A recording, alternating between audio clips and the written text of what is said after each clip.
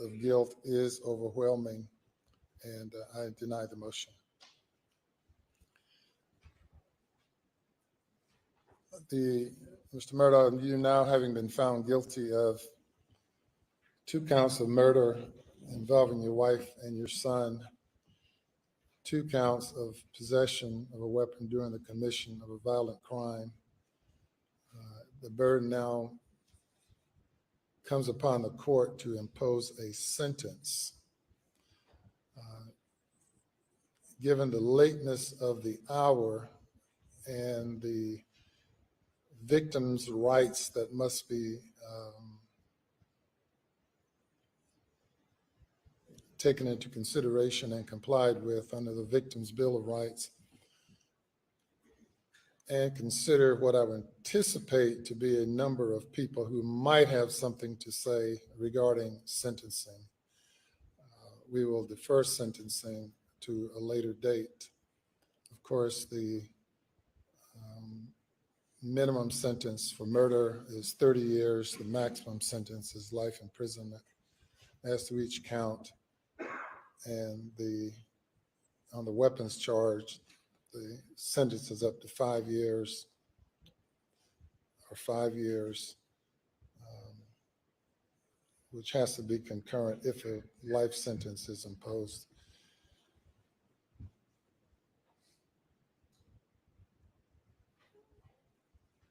When would you all like to reconvene for sentencing? I would like to give everyone an adequate opportunity to prepare for it. So it'll be ready at 9:30 in the morning, Your Honor.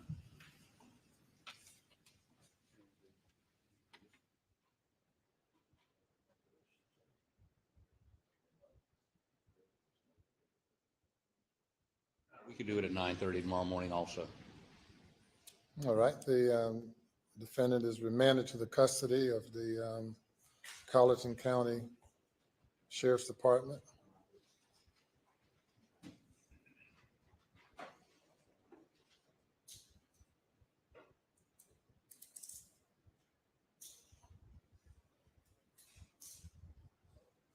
And he may be taken away.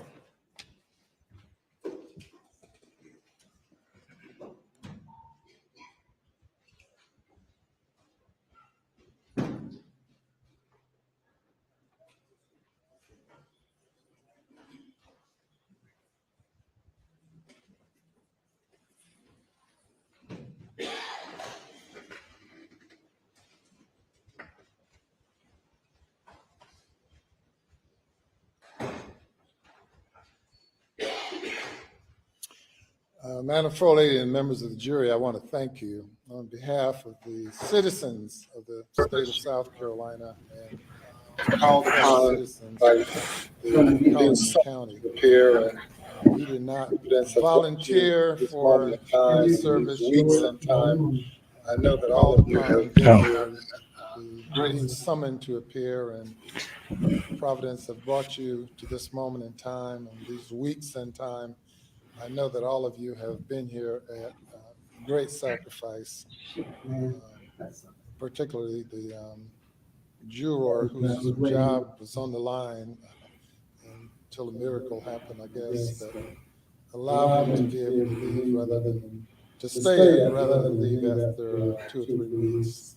But I want to thank each one of you all individually and collectively. It's not often that you're called upon to sit in judgment of the actions of your fellow man, but you all responded and it gave due consideration to the evidence.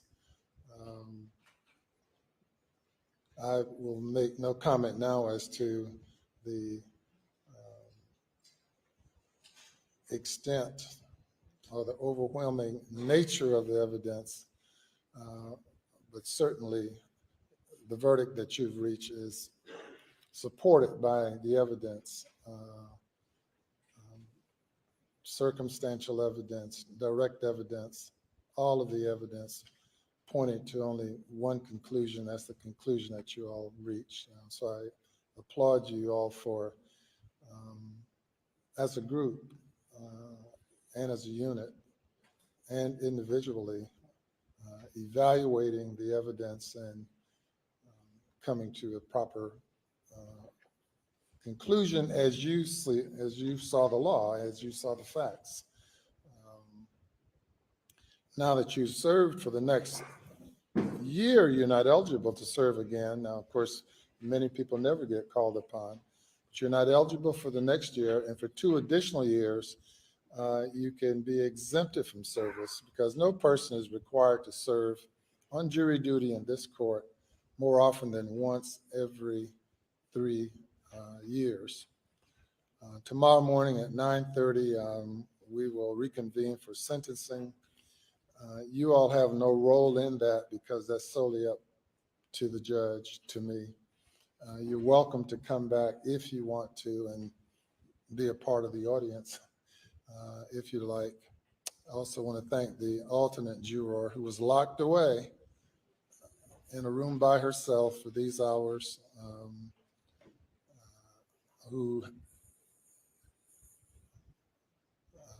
who's hung in there during that period of time. I want to thank you as well. Madam Clerk, what do you have to tell your jurors? Thank you for your service and what the judge said as well. And I think we can release them tonight and bring them back in the morning. No, they're off jury duty. They can come back if they like. And you don't have to if you don't want to. Typically, I've seen jurors wanting to see the end result of a case once they've invested a lot into it. It's really an amazing thing with juries. Quite often, at the start of the case, jurors are really like, whoa, why am I here? I wish I wasn't selected. But as time passes and the jurors become invested and really committed to the case and committed to seeing it through, and are very disappointed when they are not able to see it to a conclusion. And then along the way of serving, you end up finding out quite a bit about our judicial system and learning quite a bit, about human nature for sure, but also about the presentation of evidence and hearing from expert witnesses and really learning a lot of things that you'll be able to take with you when you leave jury duty. And to Madam Forelady, I don't know if you were hesitant initially or not, but you have stepped up to the plate and done a great job of leading the jury as well. And thank all of you. So the jury is dismissed. Now, one thing before you go, of course, we have invested a lot in maintaining the privacy of the jury, of each one of you. And you are free at this point to discuss the case with anyone. Given the high profile nature of the case, I'm certain that the many people in the media will probably want to communicate with you, but they have no means of contacting you because under order that I issued, the identity of the jurors must be kept private. And if you decide that you want to speak with anyone, local, state, nationally, or internationally, that's your prerogative. However, should anyone harass you, please let me know and I will address those issues. If anyone through the somehow or another discover your identity and harass you, and rest assured I will intercede on your behalf. That having been said, you are free to communicate with whomever you might want to concerning the case from now on. So with that, thank you, and you all are free to go. Judge, if I could Yes. if I could have you go to the jury room and going to meet you back there for just a few minutes. All While right. you gather your belongings. As is my practice, I'll speak with the foreperson before you leave the building after talking to them back there. All right. So, well, that was faster than I think most people thought it was going to be. I figured I said lunch. I said lunch tomorrow, didn't I? Wasn't that something like that? Or they'd come back I thought that was super quick. But when you have 6 weeks to hear basically the same evidence, 9:30 tomorrow morning. then yeah, there you go. They didn't take long. I think the official counter was just a little under 3 hours. It's now 7:20 in South Carolina. So they obviously stuck around and said, no, hold on. This isn't going to take long. So they went through it. The jury unanimously agreed that Alec Murdaught was guilty of killing both his wife, Maggie, and son, Paul. Each count carries 30 years to life in prison. I wouldn't expect anything other than life for the heinousness of these crimes that were committed. And, there's a couple of years for the deadly weapon being used, which, frankly, that doesn't matter. But at the end of the day, the defense has to show up tomorrow morning at 9:30 for sentencing. Like I said, I think it's going to be, let's see, sentencing 9:30, that's 7:30 our time here. So yeah, that's going to be bright and early, and sentencing. I got a court appearance at 8, so I guess you have to tap me in from the courthouse or something, Frank. But I would expect nothing less than life on both counts, probably consecutive with one another. Needless to say, Alec Murdaught is going to spend the rest of his life in prison. I think the biggest thing that shocked me was just how quickly it came back. But I mean, there was a lot of evidence, as the court stated. There was overwhelming evidence once the defense made a motion basically for a mistrial, kind of a directed verdict kind of motion. It's made, hey, judge, we lost. You polled the jury. They all agreed that it was unanimous, that he's guilty of all 4 counts.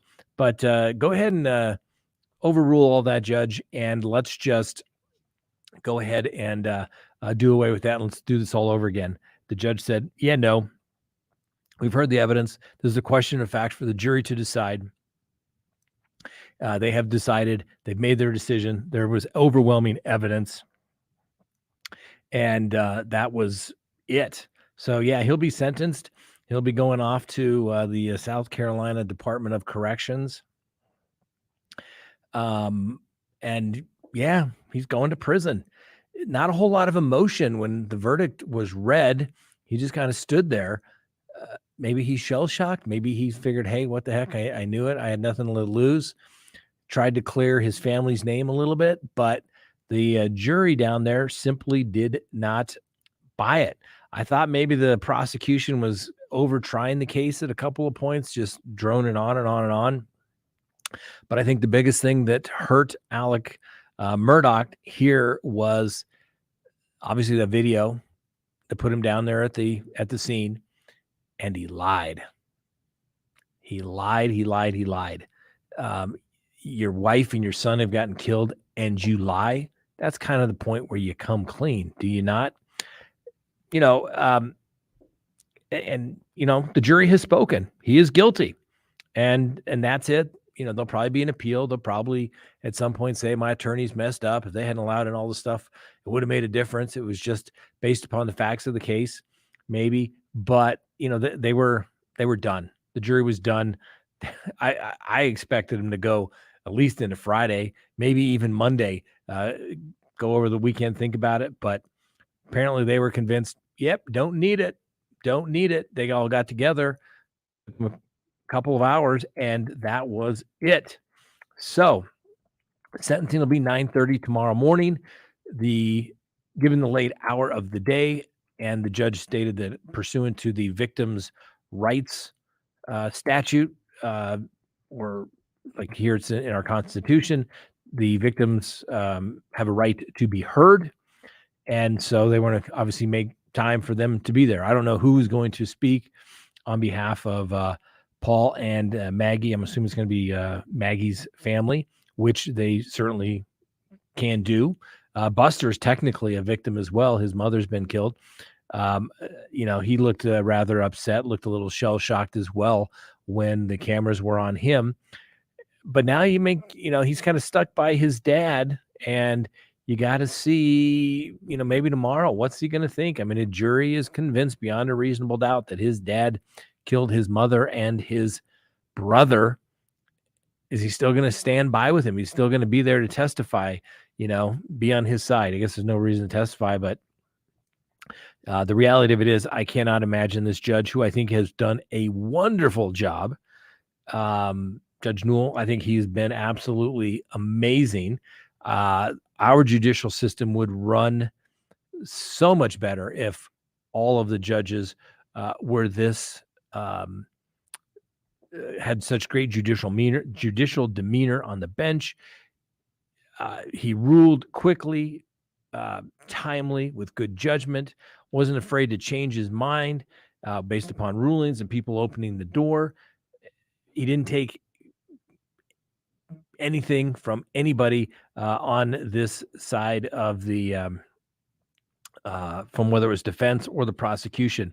He was simply not intimidated one way or the other. He's like, I ruled, move along. And that's what good judges do. So the judicial system, the South Carolina judicial system, should be very happy that they got Judge Newman to be the presiding judge, and really ran, I think, a very good trial. And, he's, what's the word you're looking for? I mean, just good judicial temperament, smart guy, didn't mess around. I mean, I know the trial went 3 weeks longer, but a lot of that, he's just like, it is what it is, gentlemen, ladies, let's do this. He thanked the jury. What else can you do? The defense asked to poll the jury. That's where they go by and individually ask, was this your verdict? Is it still your verdict? Well, I'm asking you. And every now and then somebody will say no, or they freak out, or it's not a unanimous verdict, so they got to go back and do it. But I think the surprising thing is how quickly the jury came back. I mean, little less than 3 hours, I think, from the time that it started, because we had the clock started, and all of a sudden, jury verdict. Heck, I was packing up my bag, getting ready to head out for the evening, and all of a sudden, lovely Miss Christian's like, "Get your act together. There's a verdict." I'm like, "What are you talking about? I didn't notice that." So there you have it. I mean, I guess my experience, I had a 3-week trial once when I was in the military as a judge advocate defense counsel, and it was actually in Beaufort, South Carolina. 3 weeks long. 32 minutes was the verdict, guilty to all counts. And I mean, I don't think anybody was shocked by that, but this is the kind of thing. I don't know. It's just the jury has spoken. You have to respect the verdict. There was definitely enough evidence to convict him. It wasn't one of those cases where, oh, gee, I'm not sure. I mean, he lied. That's the biggest thing. You lie, the jury is going to punish you. That's what it comes down to. And when you lie about the death of your wife and your son, and you continue to lie and lie and lie until you basically get to court, yeah, that's just not a good fact for the defense. And don't get me wrong, the defense, let's see here, this is Scott, the prosecution's rebuttal by John Medders was masterful courtroom. It was good. I agree. I totally said that. The first opening, or the first closing by the prosecution by Mr. Waters, less than impressive. But yes, the final closing by the prosecution, that guy's a trial lawyer. He's good. He's good. And he just broke it down. It's like, he lied. He lied. The defense, I didn't think it was a great closing. It was more like, hey, we're going to have a conversation. But there's just so many things you could do. But, ladies and gentlemen, he did these terrible things, but he didn't kill his wife and kids. Trust us this time. We've lied on all these previous occasions. Trust me. See if I can make super chats here. I can't. Yes, I hope this is from Mama Pink here. I can't see it. It went away. Sorry. Let's see. Yeah. Scott, our live chat crew needs a shout out. They're amazing people, different thoughts, but also kind. Thank you for bringing us all together. Clever nickname. I agree. We have one of the best chats online anywhere, let alone YouTube. People can agree to disagree, but they can do it respectfully.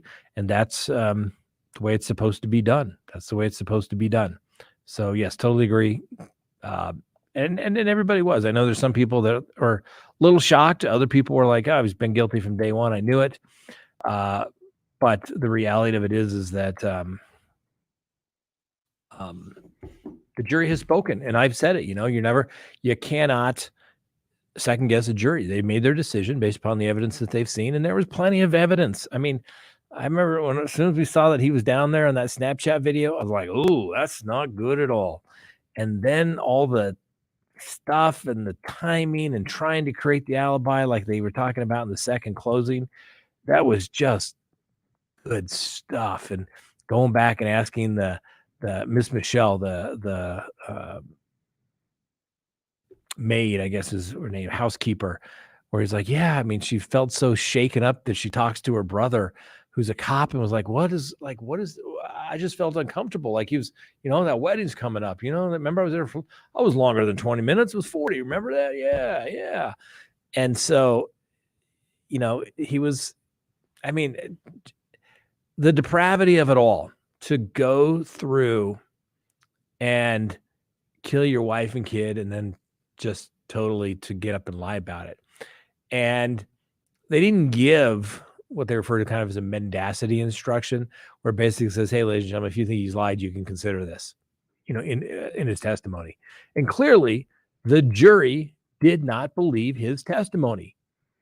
And, that's usually what takes away on any kind of appellate issues, is because the jury has heard from the defendant. When the defendant takes the stand, it goes from kind of looking at this broad evidence. Did they have enough? Did they have sufficient? And then all of a sudden, did we believe this guy? And if they believed that he lied to them, got up there and lied, and let's face it, that was the government's argument all along, was that, ladies and gentlemen, you can't believe him. He's a lying bag of trash.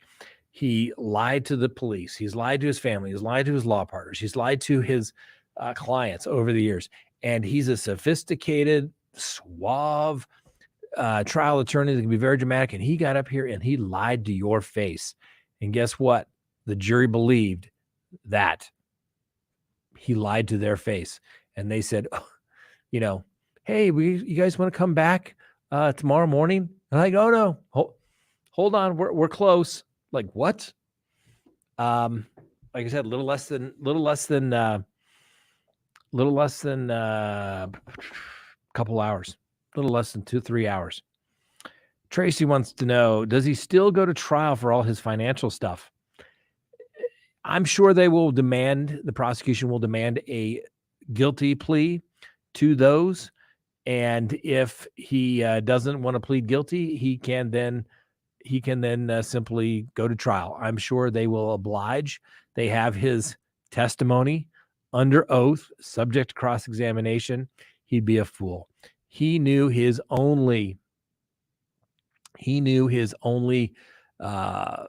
way was to basically not spend the rest of his life in prison, was he had to beat the homicide cases. That's what this all came down to. That's what it all came down to. And it didn't work. So the financial stuff is the least of his crimes. The 2 charges in South Carolina carry from 30 to life. I would expect this judge to give him 2 consecutive life sentences, plus I think it was additional 5 years as it relates to the weapon. So what? Double life sentences plus 10. Go in, plead guilty, get that other financial stuff done. What does he care? I mean, basically, his family that remains, his law partners that remain, his son, right? What does Alec Murdaught have to worry about right now? He doesn't have a pot to piss in. he's going to jail. He's getting 3 hots in a cot. Let everybody else deal with all his mess. I'm sure he's going to wash his hands of it. He's done. He's done. Stick a fork in him. He is done. He's going to prison for the rest of his life.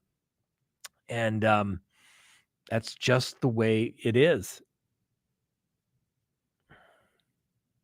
Yeah, what does Scott say?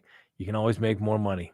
Yep. I mean, seriously, to think that killing your wife and kid were going to be the, thing that did it. And, just a couple of the statements on his testimony, it was just painful at points.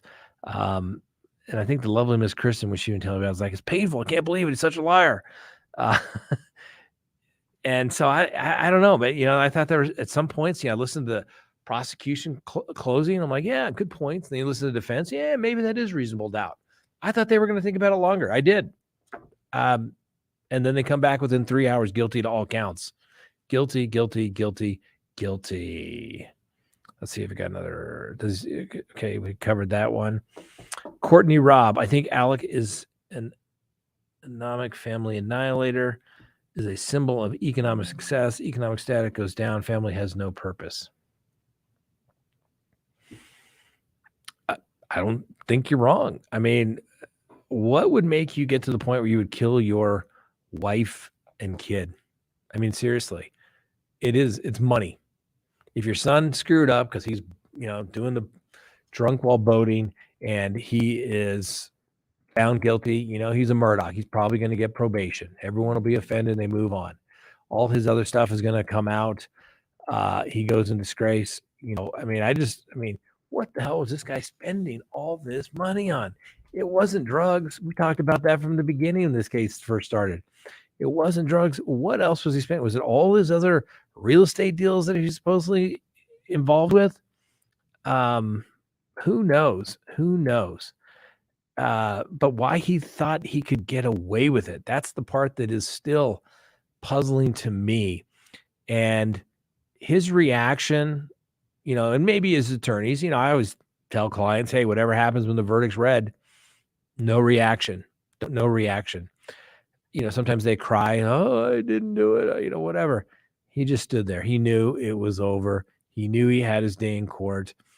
And when the jury comes back that quick, I guess at first thought you're thinking, wow, quick verdict? That's usually not guilty. But when they come back that quick and it's guilty, like, wow, they are totally convinced beyond a reasonable doubt, no doubt in anybody's mind, that he's guilty, Yeah. So it's going to be interesting tomorrow to see who is on the Murdaught side of the courtroom there, if there is such a thing. It's kind of been divided up. That's usually the way it goes. I know that they have the press in there and then they have everything else, but it really makes you wonder what's going to do it. Frank, can we hook up the phones? Maybe we can take a couple of phone calls. I know I got to get Frank out of here. His wife, he's been working hard. We stayed late last night for our live, but then this breaks. Who would have thought? Who seriously would have thought that they would come back in 3 hours? Show of hands. Yeah, my hand's not up. I thought 26 days of testimony, 2 days of arguments. I'm thinking, they're going to think about it over the weekend. That was my prediction. They're going to go over the weekend, deliberate all day tomorrow, go home, talk about it with their family, come back Monday morning, get their free lunch, and then go back. And boom, there it is. 3 hours today. All right. Well, somebody says, Dave Umbarger says, I did. There's so many chats going by right now. I can't click on it fast enough. All right. Let's see if I can make that one go away. I knew from the shadow of a doubt I've been around a lot of bad cookies. I thought till Monday. That was my thinking. Smiling faces. Now look at Steven Smith. People will speak up now.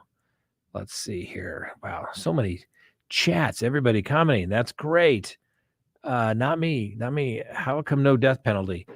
The prosecution did not seek the death penalty in this particular case. I mean, and really, the guy's what, 53, 54 years old. What are you going to spend the next 30 years if he lives that long, going all the way there? Okay, let's see here. Scott, will there be any repercussions for the jury being shown on TV? Is there safety at risk?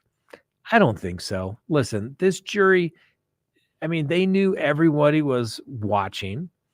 They know this is the county, that the Murdaughts kind of ran, but they don't anymore. And if there's something to be said about this, the Murdaugh reign, whether it's good or bad, is over. It's over. Nobody's going to touch them with a 10-foot pole. All right. So we put up the call-in number, 725-228-TALK, 725-8255. Call in if you want to talk about it. Let me know what your thoughts are. Did anybody think it was going to be that fast? I didn't think it would. I really did. And when it comes back not guilty, I mean, I got a text from the loving Miss Kristen. There's the verdict. I'm like, no. What? Wait. I'm thinking not guilty. Usually a not guilty verdict. We got a call. Who do we have?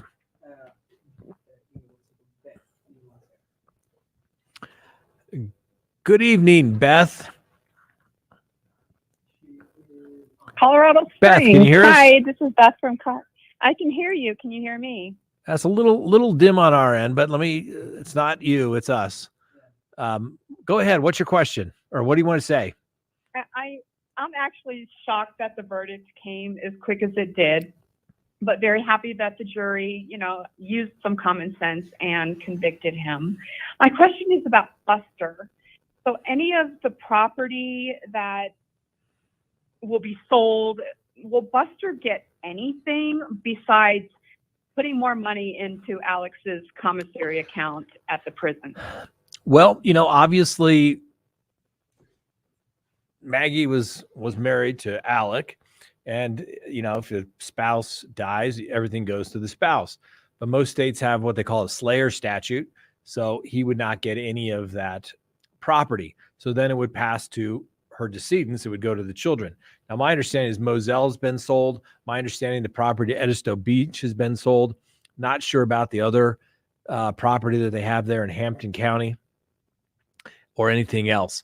Bottom line is, once all the judgments are basically paid, if they ever get paid after everything's sold and liquidated, Buster he'll get whatever's left over. But my guess is by the time everything is done and all the creditors, I mean, he's been sued by his law firm, they're all going to pick and fight about any monies that are going to come their way to pay judgments. Those lawyers, that law firm, they put money out of their pocket for his conduct. They're going to want their money back. I guarantee you they're going to take that guy's home or whatever's left of anything. They'll be having an estate sale and selling stuff for pennies on the dollars. But there's so many attorneys in line that they are going to take all of it. I would bet Buster, he's going to have to rely on some family, or, Buster's going to have to go get a job somewhere. That's what it's going to come down to. He's going to have to go get a job. I mean, I don't think he's been working because he's spent the last 28 days in court. I get it. Your dad's on trial for, going to, killing your mother and your brother. But now you got to go get a job, because I don't think there's some hidden trust fund money for him. He's not in law school because, remember, he couldn't get back in after the whole plagiarism incident. So he's going to have to go get a job. It's the way it is. But yeah, I'm surprised that it came back so quickly. Yeah. But the jury, I really enjoyed watching you. So. Well, thanks for calling. Thank you. Appreciate it. Have a wonderful night. You too. All right. South Carolina says Buster's got his uncle to take care of him. I don't know. The family's been a lot of stuff. Be sure to hit that bell and click all the notifications. That's right. Like, subscribe, follow, share, tell a friend. All right, got another call. Nicole, good evening. Hi, Scott. I love you. Well, thank you. Love you too. Hey, What'd you think of that verdict? I just wanted to. I know. I'm shocked. I was thinking maybe till Monday.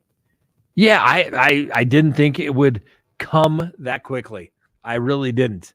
I mean, they got the verdict. I mean, it was what, 3:30 or something, South Carolina time. Their day's done like at 5, and they're like, "No, we're gonna stay late. We're gonna get this done. We're gonna go to work tomorrow." I mean, I can't wait to see what some of the jurors say. I think it's going to be, they're going to be try to be interviewed by everybody in the news media. I would love to talk to any of these people. So if anybody knows any of these jurors, let them know. We will. And at least it lets talk us with them. know that they do have brains down south. Listen, I have said this and I will say it again. The juries take their jobs very seriously. As the judge stated, it's not often that you all have to sit in judgment of the actions of other people. So to do that, people know this is serious, and they know the consequences are serious for everybody in the courtroom, not just Alec Murdaught and the defendant, the family as well, right? Did they get justice? Did they get the right people? All of that stuff. The jurors want to get it right. They want to say that, we want to do the right thing.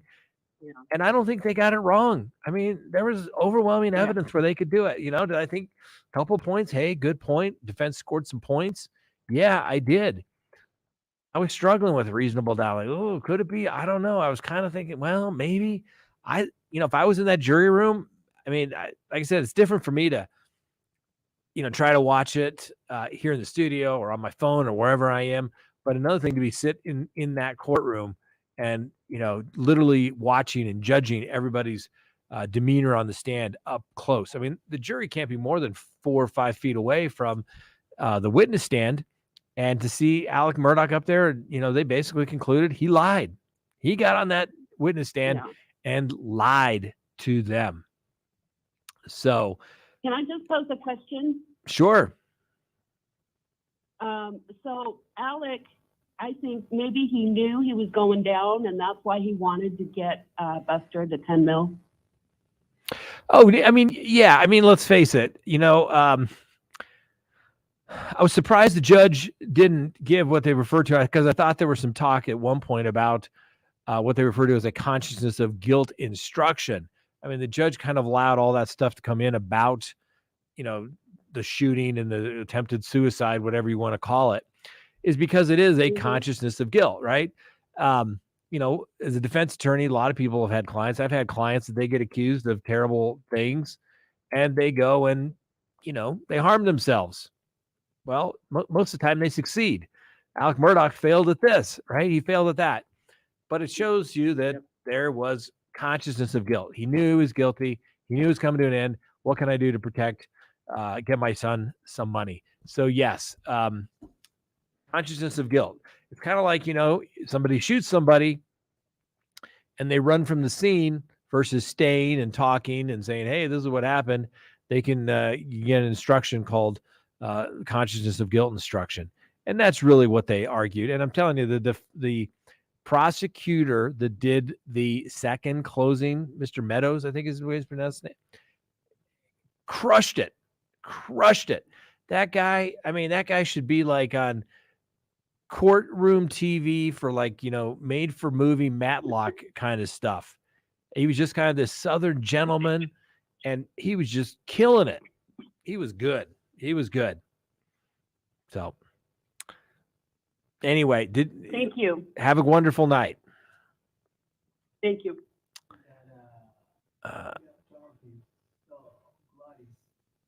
All right. Is it Gladys? Hello? Hello. Yeah. Hi. Hi.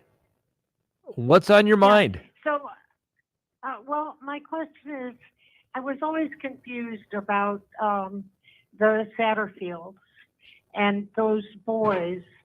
Was the law firm responsible for, him stealing that money? In other words, they paid off a lot of their clients, but the Satterfields, I never heard, whether they, were made whole.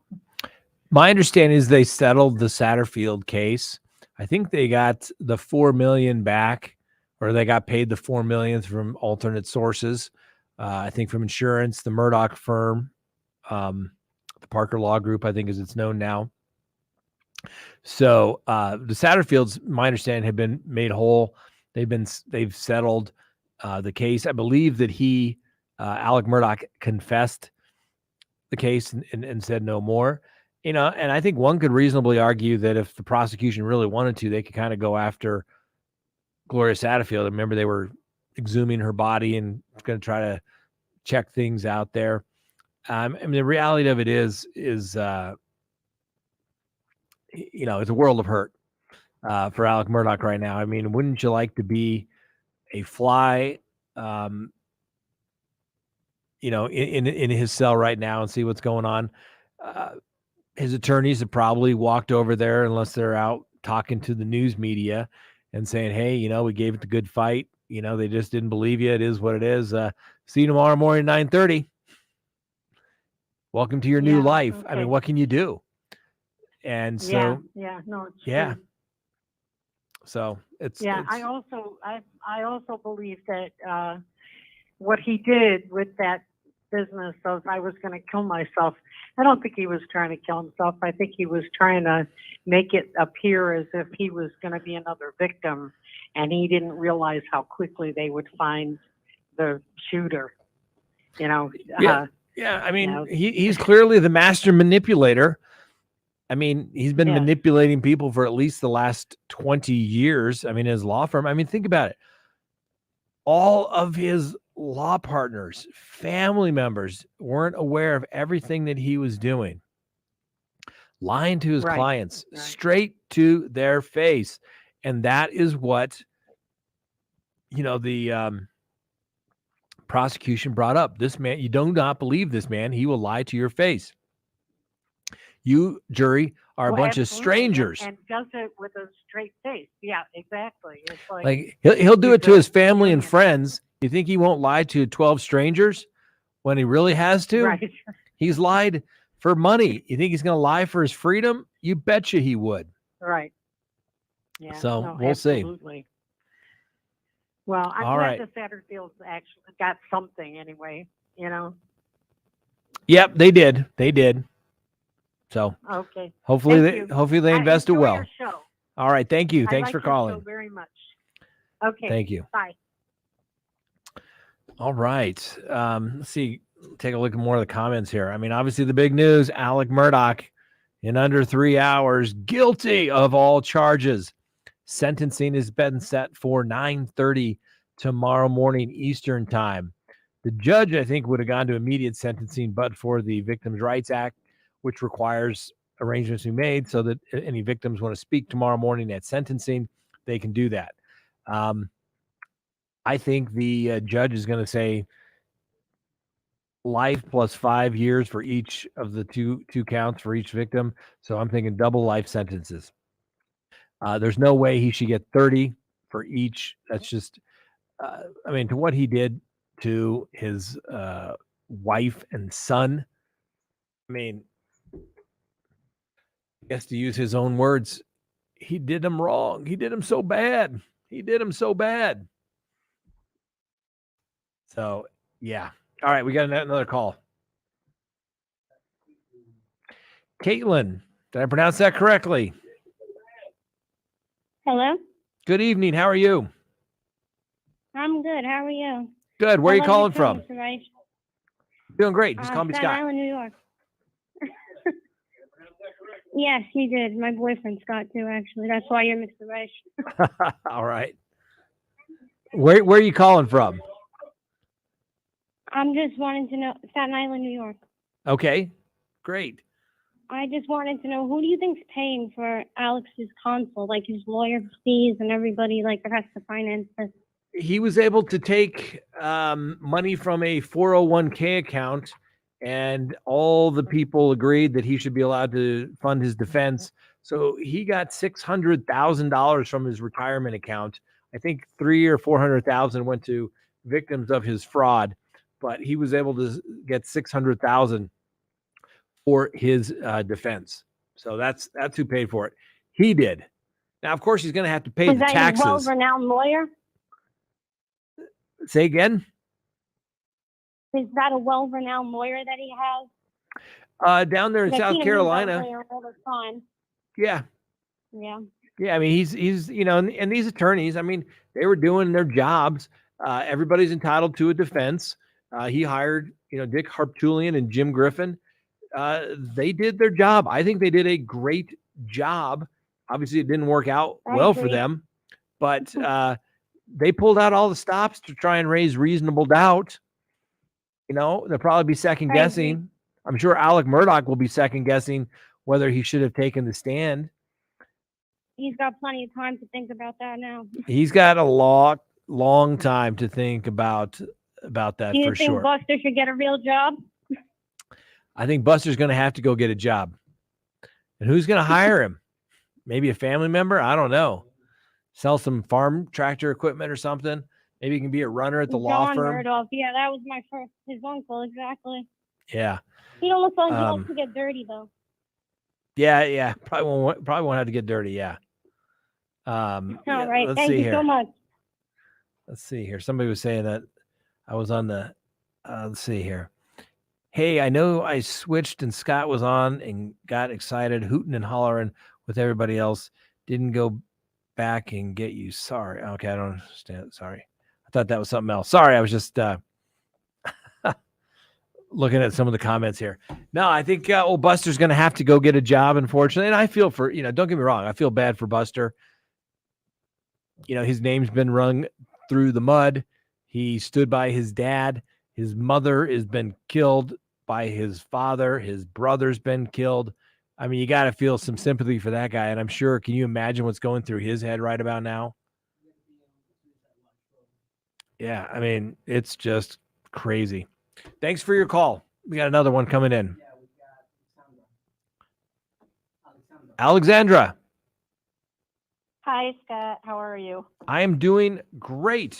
How are you? I love your show. I'm calling from Milwaukee, Wisconsin, and I have a question that's been driving me crazy. Okay.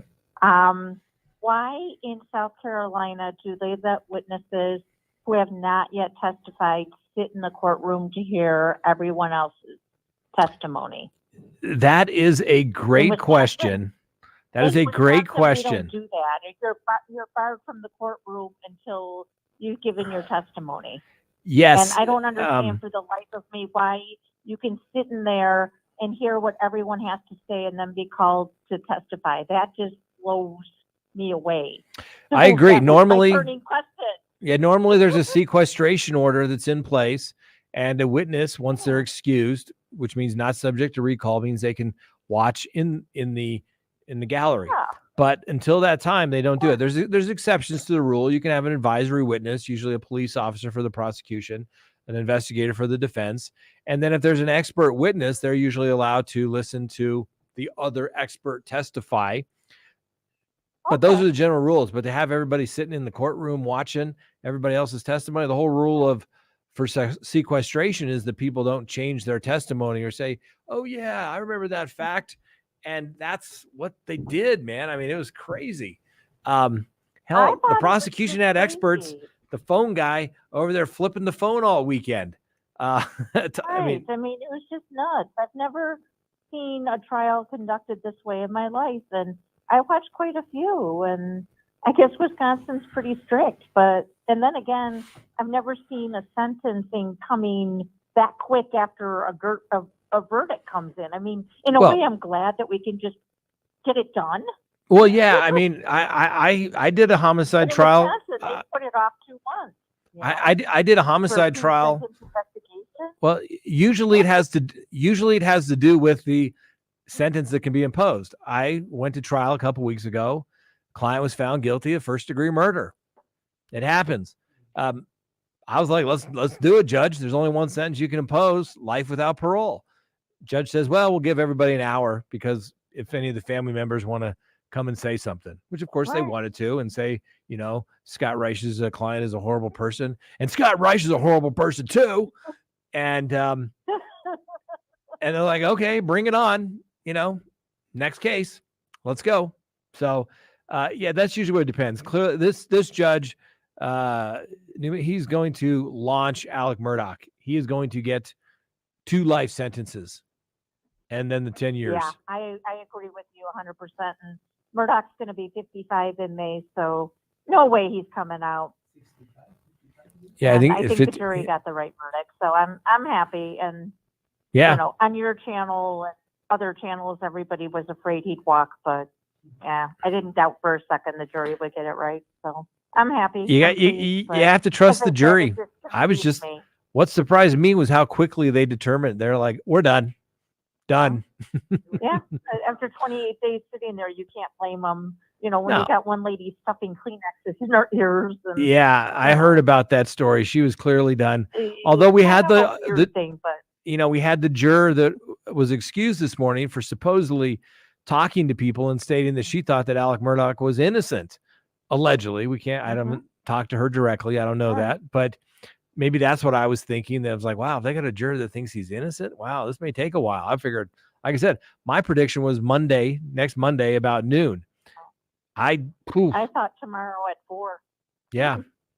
So, I'm just glad they got it right. So, all right. Thanks for the call and thanks for watching. Remember, thank you so much. I'm going to do my best. I have to be in court tomorrow morning because I didn't think this was going to happen that quickly. But we will have a sentencing watch party, you know? Yeah, love your show. Thank you. 9:30 Eastern time. Thanks for calling. All right. Take care, Scott. Bye. Bye. All right, got another call here. It says, Jennifer, good evening. Hi, Scott. Good evening. How are you? Good, Scott. Thank you.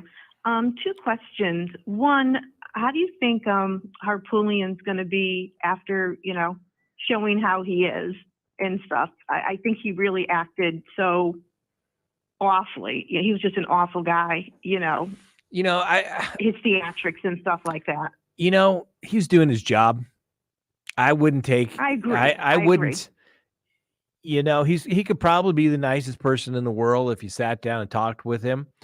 But he was doing his job. And let's face it, when you are a trial attorney, there's going to be some theatrics involved. Okay, I've had judges tell me when I come to the bench, Mr. Rice, you can stop the theatrics. Okay. You have to kind of be there. You get into the moment. Maybe you get a little carried away. He was doing what he had to do to represent his client zealously. You know, people don't like it. And, you know, even in voir dire, most attorneys will say, hey, listen, I'm the guy that gets to ask the elephant in the room questions.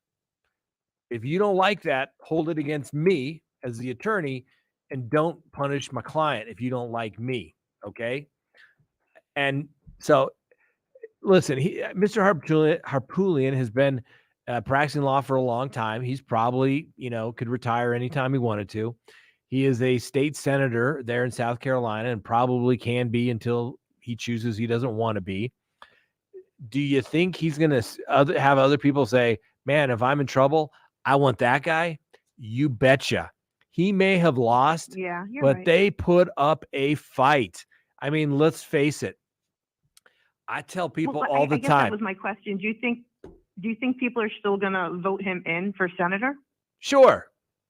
Now, you think? Okay. Right. Yeah. I don't think it'll affect him. He's doing his job. He's doing his job as an attorney. And, you know, whether you don't like him doing his attorney, I guess you could vote him out if they think that, you know, we don't want this guy down there. But, you know, he'd probably say something to the effect of, you know what, just like I represent all of my clients when I go to court, I represent my constituents just as aggressively because I care about them. And, you know, my guess is he'll be in the state Senate down there for years to come. That's my guess. And my other question was, now that all this has happened and Alex, like you said, that they're going to take all his money to pay back all the people that he stole from, what's going to happen with the boat accident? Is there any, you know, are those people going to get anything? Yeah, they've already settled on most of those. I think the only... Oh, I didn't know that. Yeah, I think the only people that have not settled was the convenience store that sold the liquor originally to Paul. Everybody else has settled their case. Oh, And there's no, now that Paul is dead, there's no going to charge him or say that he was responsible. Is that a moot subject now? Yeah, he's dead. Once you die, the case is dismissed. I mean, Right, okay. here's the thing. Okay. Let's say example if Alec Murdaugh, suicided himself in the cell tonight. Since he didn't go up on conviction before his final judgment and conviction through the appellate process, he would die an innocent man. Wow, really? Remember Ken Lay? Remember Ken Lay, the guy from Enron? He got convicted years and years ago. Then he had a heart attack up in Aspen, and the judgment goes away. The conviction goes away because it wasn't a final judgment and conviction. I had a guy once that died during the pendency of his appeal in prison, and we filed a motion to clear his good name to make sure he died as an innocent man, so to speak. Okay. Yep. Great. And thank you for that Yeah. information. And thank you so much for streaming. I have been not enjoying, but I have been happy to be in there and see what's going on every day. I appreciate it. Yep. Thank you. Thanks for watching. I appreciate Have it. a great day. And Bye-bye. the last caller brought up a great point. It was like, the defense counsel, people don't like him. Harpoonian doesn't like him. And I saw the comments, oh, Mr. Poot or whatever. I get it. You didn't like him. But I guarantee you may not like him. But if you or your family member were in trouble and you want the highest powered attorney that's going to get results and put up a defense that, the prosecution may win, but you are going to make them crawl over glass to get that conviction, you're going to go to a Harpoonian. I mean, I've been told people come to hire me. I get hired by attorneys that don't do trials. Like, oh, I thought I was going to be able to resolve this case. And, the offer's been revoked and we're going to trial. I haven't tried a trial in years. So, yeah. See, great comment here from somebody. You don't like him until you need him, right? And that's what they say about the police and criminal defense attorneys. Everybody hates them till you need them. Remember that. Kurt says the trip to Moselle sealed the fate, which is interesting because remember who didn't want it? The prosecution didn't want to go to Moselle. It was Poot and Jim. See, Alexandra is like, I'd hire Jim and Poot. Let's see. Buster Dad is who he is. Let's take a look at this. Buster's known this for a long time. Listen to the jailhouse calls. Buster is better off this way. Yeah, you may not be right. I mean, you may be right. Absolutely. I'm sure, and if Alec Murdaugh had gotten away with all of this stuff, you think he would have told Paul how to get away with all this stuff in the future? And I get it. He got into some bad business deals and things went south. But you know what? Sometimes you just got to call uncle. Like, man, hey, it's you don't go steal the money. Maybe you go take a legitimate loan, but you pay it back. But you don't go stealing people's money. And as a lawyer, you just don't do that. I mean, we've said this all along. How do lawyers get in trouble? They abandon their clients. They never hear from them. They sleep with them, or they steal their money. That's how lawyers get disbarred. You can go look at the disciplinary opinions in just about any state. That's the general theme that runs through all of them. Don't sleep with your client, don't steal their money, and communicate with clients, right? Easy rules. You got CPAs, check the books. You're not meeting your clients for romantic interludes or anything along those lines. You don't do it. It's always strictly professional. And, you don't abandon them. You communicate. You send them copies of every motion that comes in. You write them letters. You're conferring with them on tactical decisions so they understand, so they can't say, oh, I didn't know this. I didn't know this. So, yeah, it is a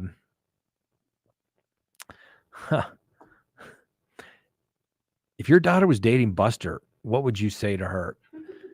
Buster has a girlfriend. I think she's been there most of the time. I don't know, man. I mean, I guess it's love. I don't know. Your maybe future father-in-law is a double convicted murderer. Maybe time to make some choices. And not to mention, you know, some hairstyle choices have been made. May want to change that. Get him up, maybe clean him up, get him a haircut, get him a job. Old Buster needs to go out there and make life on his own. Does Buster have a chance to get into another college to finish his law degree? I would say anything's possible. But if you're the school, you got an easy out on that one.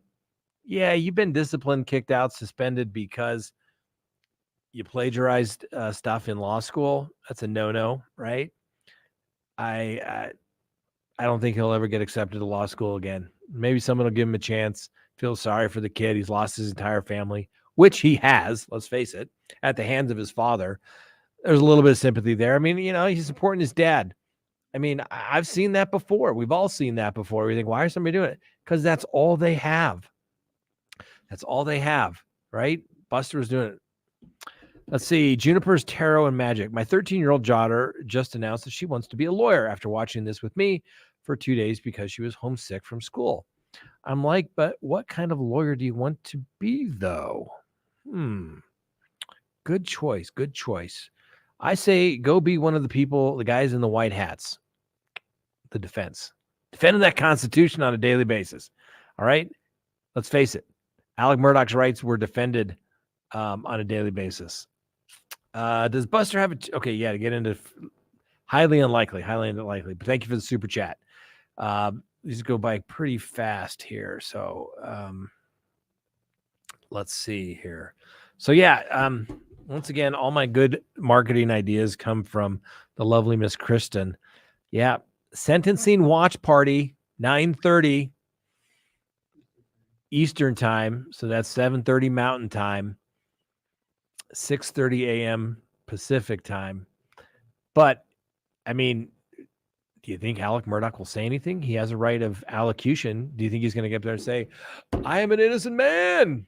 Or do you think he's going to say, his attorneys will say, Your Honor, we respect the decision of the jury, but we've advised our client that there will be an appeal, so we're advising him not to say anything at this time.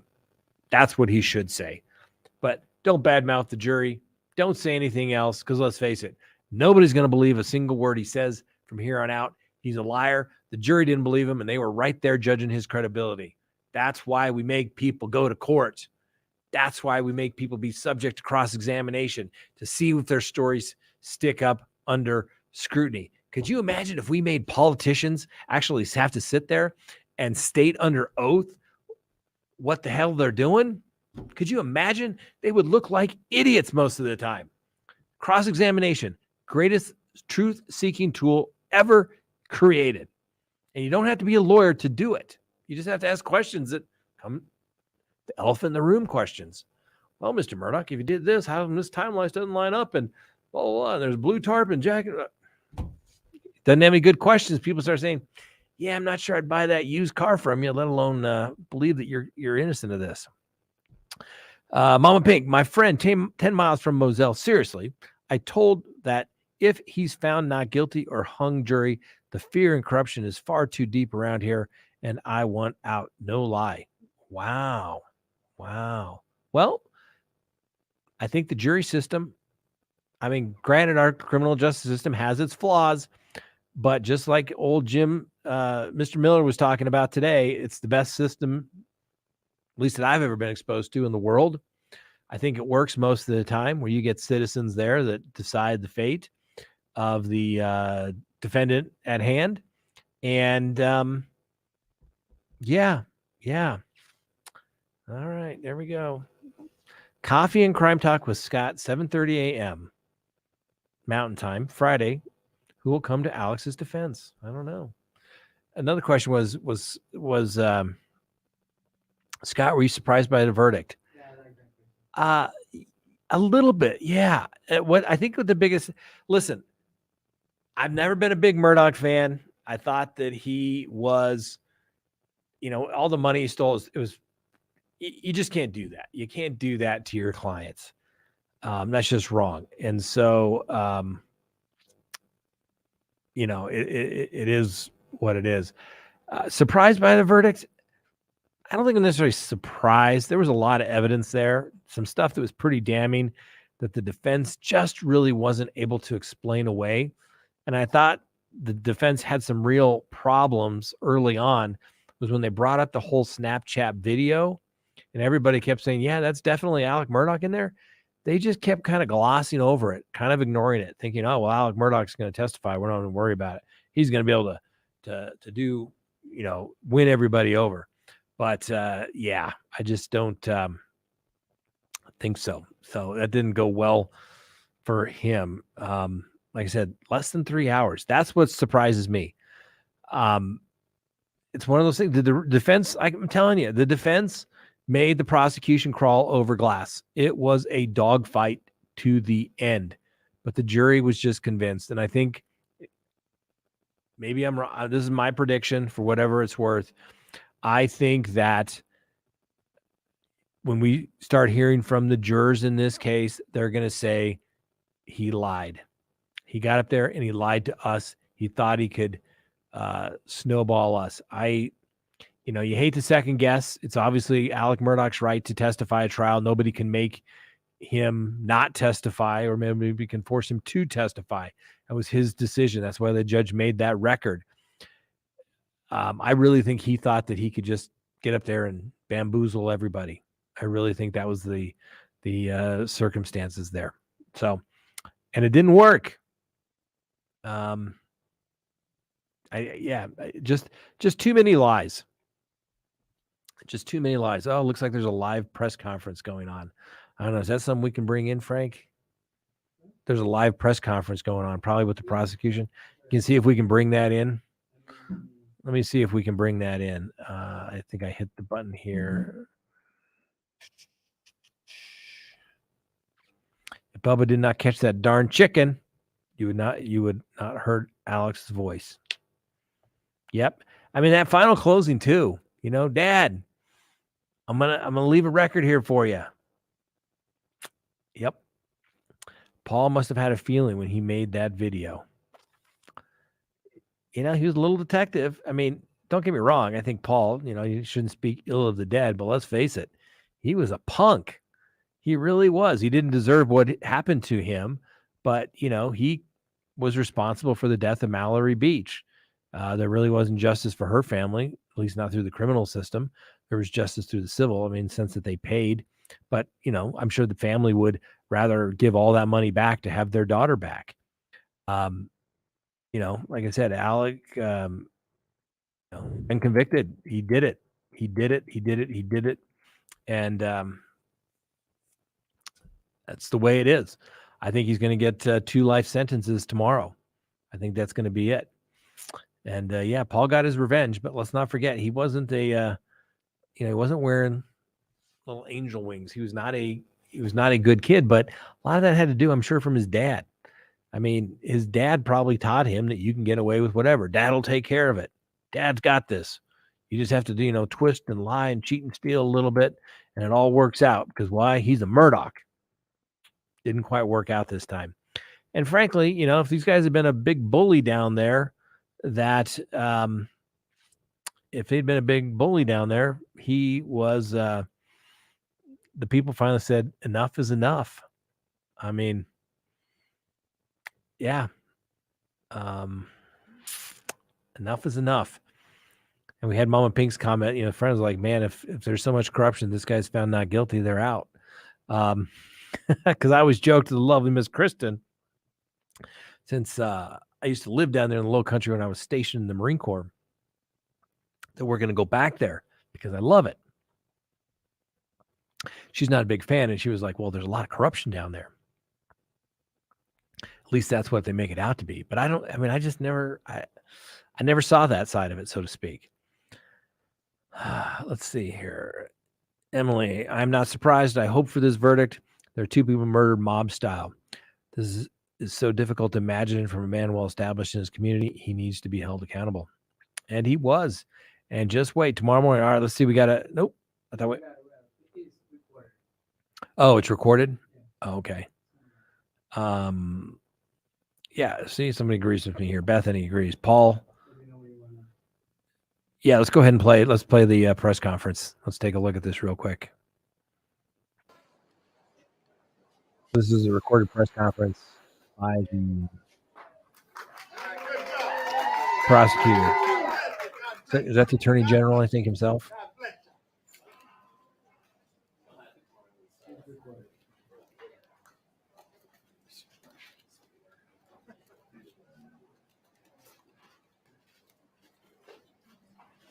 All right, come on, get. Y'all be patient. There's a lot of us coming out. Yeah, that's How are we on mic all the check? people who work for the prosecution. Thumbs up. Thank you. Got our team out here. Wow, what a great day for the people of South Carolina. You all hear that? I want to thank every one of you for being here tonight. There's a lot of emotion here tonight at this courthouse. A lot of a year and a half, nearly 2 years of blood, sweat, and tears, it feels like. A lot of hard work from so many people. So if you will just bear with me, there's there's a lot of people I have to thank. But first, those of you who don't know, I'm Alan Wilson. I'm South Carolina's Attorney General, and I got the best staff of any Attorney General in the United States of America. I want to start by thanking our prosecution team. I want to tell you, I've been here for nearly 6 weeks with this team, living in a hotel, and it felt almost like being in a dorm environment in college. Late nights, cramming, studying, little sleep, away from our families, getting up early, getting here to the courthouse, working long hours, getting on each other's nerves at times. But it was all worth it. It was all worth it because we got to bring justice and be a voice for Maggie and Paul Murdaught and bring justice for the people of South Carolina. I'd like to start real briefly by thanking our team. First, excuse me, put my glasses on. Our chief prosecutor, I tell you, I appointed Creighton Waters to be the chief prosecutor of this case nearly a year and a half ago. And I want to say I'm pretty brilliant because I picked the right guy. And I want to say thank you to Creighton Waters. Creighton, you did a fantastic job. I don't think there's another attorney in the state of South Carolina that could have led this Herculean effort. But Creighton will be the first to tell you he didn't do it alone because he had a team of people. I want to first thank Don Zelinka, who is actually Creighton's boss. He is the Deputy Attorney General, been in the Attorney General's office for over 40 years. Sitting here to my immediate left, Don Zelinka, thank you so much. John Metters, many of you got to see him do the closing argument today. John, thank you. You've been a phenomenal add to our team. I'm going to go quickly through the names, but as I read the names, please raise your hand. You know Creighton, you saw Don, and you see John. David Fernandez, John Conrad, Johnny James, Savannah Gal, Ozzy Toledo, Yes. Shane Aceto, Yes. Carly Jewell, Yes. Carson Burney, Yes. Danielle Colon, Yes. and our victims advocate, Tricia Allen. Yes. I also want to say thank you to the South Carolina Law Enforcement Division. Mark Keel assigned some amazing men and women. And when I said it was an agency-wide effort on behalf of SLED, I can't underscore that part enough. Every time I called Chief Keel, every time I reached out to the lead agents, every time Creighton was asking me, hey, General, we need something from SLED, we would reach out to SLED, and they were there. They busted their butts. I can't begin to list every agent, and some can't be listed for obvious reasons. Some are standing up here tonight. I told them I wasn't going to mention their names, but we would not be here if it wasn't for SLED. And I want to thank Mark Keel and his team and all of the men and women across the entire state law enforcement division for what they did to make tonight a possibility. Amen. I also want to thank the FBI and the Secret Service, our federal partners. We had to utilize many of their assets and resources. We couldn't do all the things that we did without our federal partners. We had a lot of local partners. We had the Colleton County Sheriff's Department, Buddy Hill, Sheriff Hill and his team providing the security. They did a phenomenal job, and they were there. They were the first responders the night on June 7th, 2021, when Maggie and Paul were butchered brutally. They were the first responders, and they were the first ones to be there.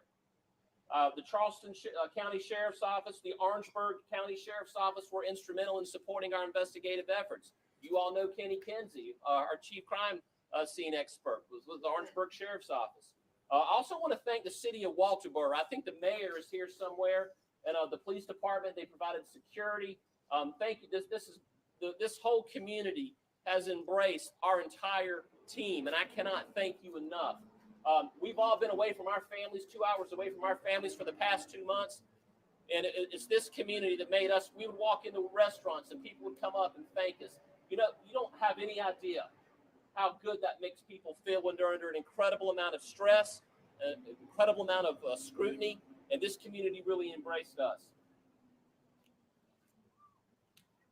I want to thank the Colleton County Clerk of Court, Becky Hill, and her entire team and their staff.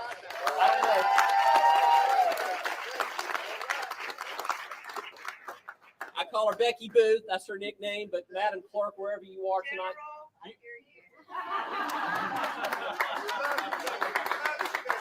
I'm sorry. That's my pet name for her. But I want to thank you, Madam Clerk, for you, the entire team, the bailiffs, the court security, the staff here. There was no role that was too small that they weren't willing to do for us. The security team here, it was a Herculean effort by everybody, and I can't thank enough people. I don't know if I mentioned the bailiffs, but I want to thank them. And there's another group of people who you don't know who they are, but that's the jurors.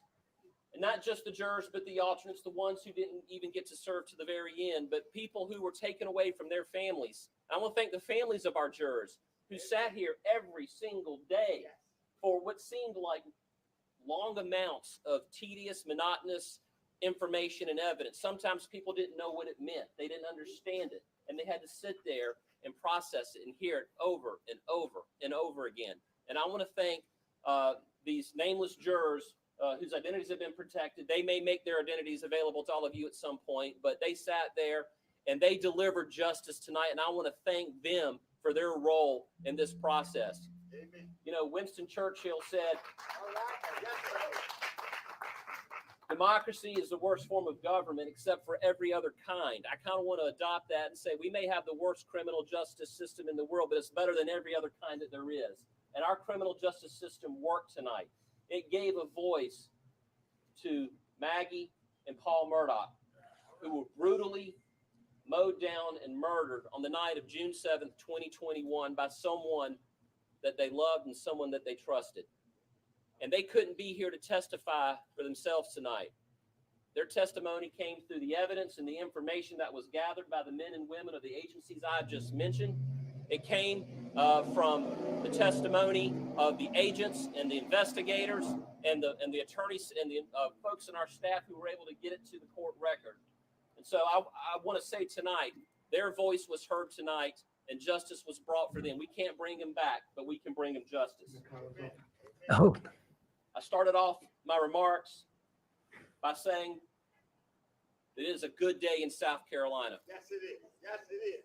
Today's verdict proves that no one, no matter who you are in society, is above the law.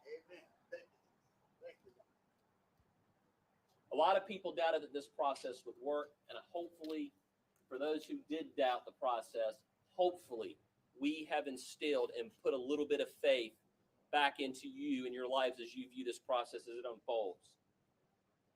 I'm proud of this team. I'm proud of the men and women standing behind me tonight. And there's been a lot of emotion. And I just want to say from the bottom of my heart, I saw firsthand for the last 5 or 6 weeks the countless nights where you were up beyond midnight and you were getting up before dawn, not eating. I was watching Nancy Grace the other night and I heard her call Creighton pale and gaunt because Creighton wasn't eating and sleeping. He really wasn't, folks. I'm serious. You know, we would have to bring in kind bars and things to eat during breaks. But Creighton, Herculean effort, my friend. And I am truly honored to have you on our team. Thank you for being a great leader and a great chief prosecutor. And I would like to invite you to come up here and make some remarks for the folks here tonight. Thanks, everybody. And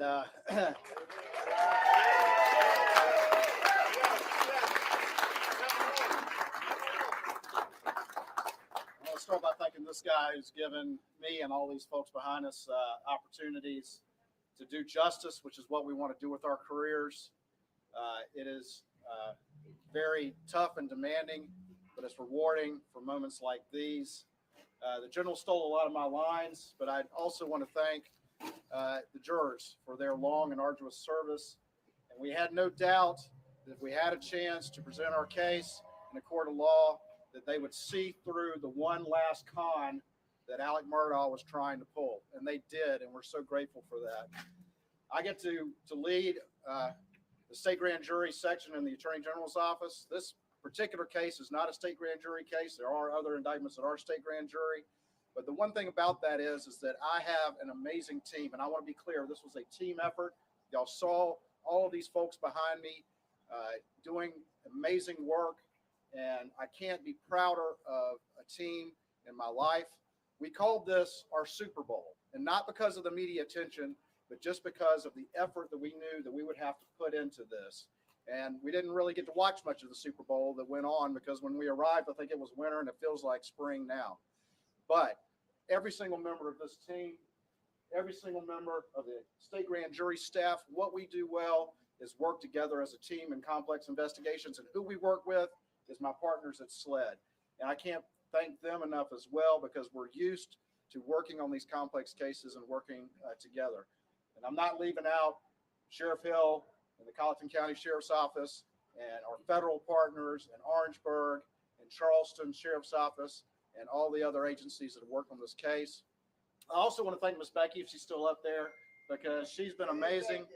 The clerk staff has been amazing. The court staff has been amazing. The bailiffs have been amazing. And again, I also want to thank this community who really has embraced us and has been so great to us and made us able to survive this process that has been long and arduous. And I have been sleeping.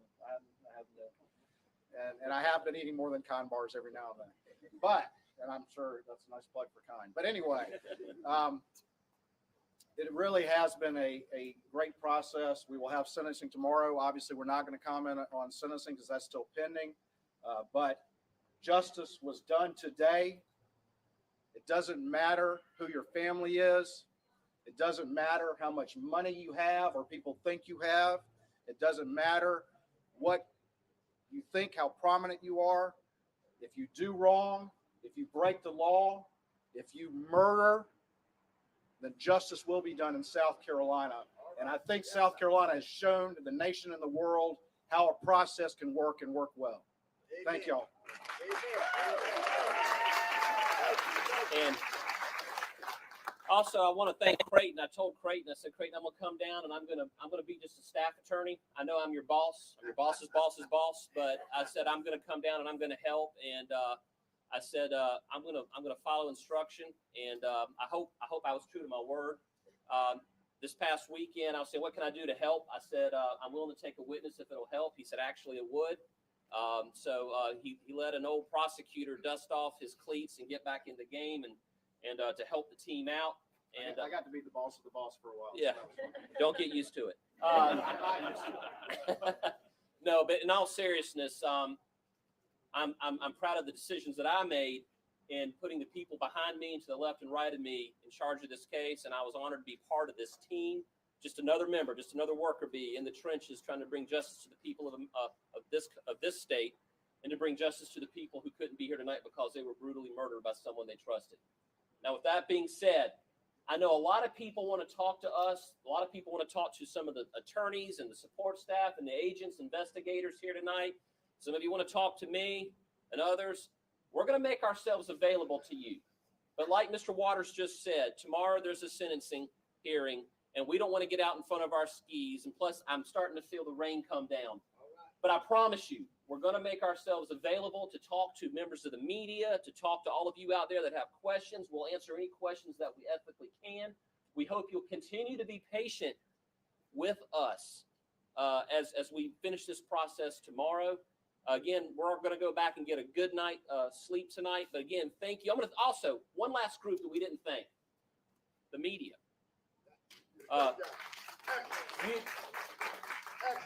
You all, I know a lot of people in this polarizing world we live in, a lot of people take shots at the media, but the media was incredibly respectful. You were so good, not just to us, but listen, to the families of the victims. Okay, I know this is an awkward situation, but you protected the identities of people, and you protected the process. And I want to thank you for your part in this and telling the stories, educating the public on what's going on out there. So now I'm going to stop speaking as an attorney general, and I'm going to close as a father and as a husband to say that when you go home tonight, hug your loved ones, hug your spouse, hug your children, because this case reminds us of anything that you can't take for granted that people in your family are always going to be there. And right now, when I get home tomorrow, I'm going to hug mine, and I hope you hug yours. But thank you again. Thank you for your prayers. Yes, sir. Thank you for your prayers. You came and prayed for me. I see a lot of people come and say we're praying for you. We appreciate your prayers. Thank you all so much. And this is going to conclude this press conference. We look forward to talking to all of you tomorrow. Thank you. Thank you. Great job.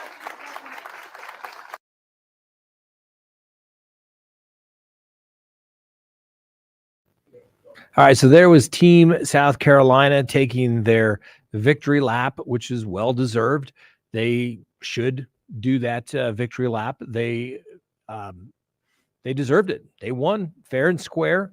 Mr. Waters, he was grinning from ear to ear as well. He should be. He just won the biggest case, obviously, of his career. He won the biggest case probably in South Carolina history in a long, long time. Probably the last time a Murdaught was on trial back in the 50s. For basically running a corruption scheme that was charged in federal court. And he was one of two defendants that were acquitted. What a coincidence. And then he went right back to work being the solicitor. Amazing. Anyway, so hats off to Team South Carolina there. They had the Attorney General congratulating Mr. Waters and his team. The Attorney General came down to assist to do whatever he could on the case, that's kind of interesting. He says, hey, Mr. Waters, I know I'm your boss's boss, but I'm here to help in any way I can. So that's kind of neat. And obviously, we got the sentencing tomorrow. There's no doubt in my mind it's going to be multiple life sentences consecutive with one another. And, a lot of things that the Attorney General said are not incorrect. The American justice system is set up and to operate under the guise of it doesn't matter who your daddy is, what your family name is. Everybody should be treated the same, right? Old lady justice over there, she's blind, and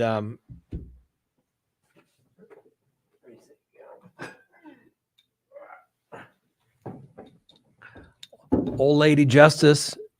She's blind. She doesn't care.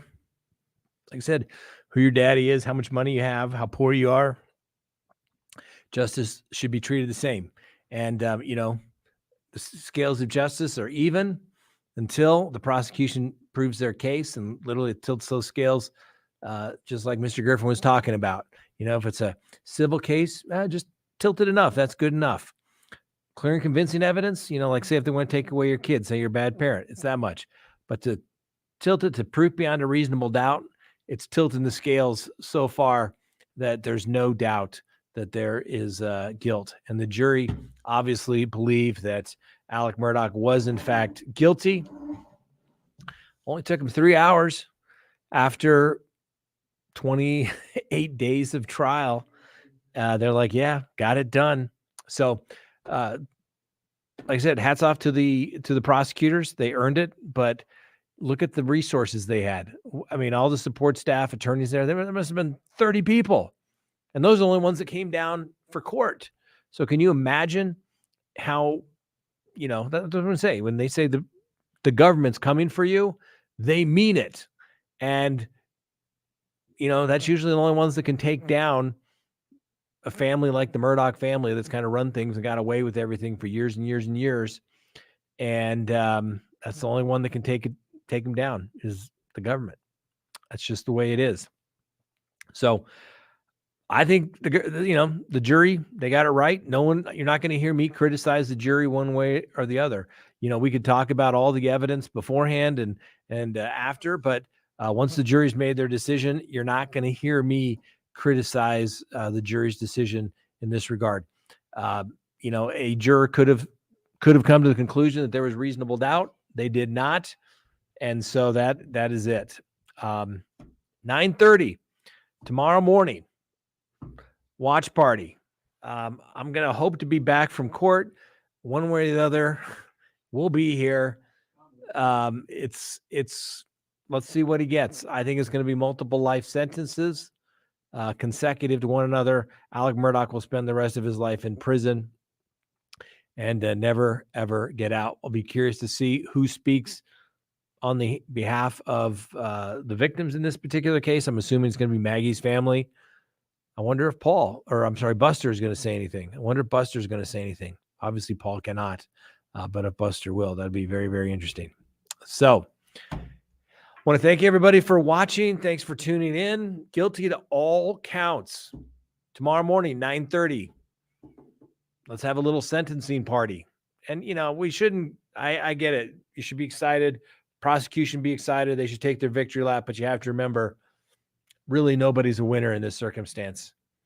The people that, obviously are no longer with us, Paul and Maggie, are forever gone. Their family will never get them back. Even Buster, if you don't like him, he doesn't get to ever see his mother again. Doesn't get to see his brother again. His dad's going to prison for the rest of his life. He's completely alone. There's no winners in any of this at the end of the day.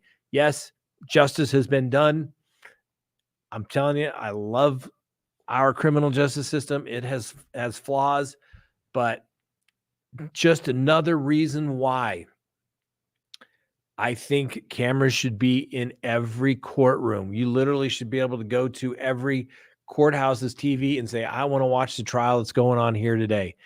It shows that a high-profile media case, the media is going to conduct themselves appropriately, the jurors, the attorneys. It can be done. You just need a strong judge like we had here in this case. He was very, very, very good and a great judge, a great, great judge. He was a great judge. He ran a great trial and justice has been served. So we're going to end it here. We will see you tomorrow morning. I'm going to try to figure out, I got court. How am I going to do this? One way or other, we'll make it happen. I know Frank will be here. And if I'm not here, maybe he'll send me a link and I'll do it from wherever I am, assuming I got good enough cell phone service.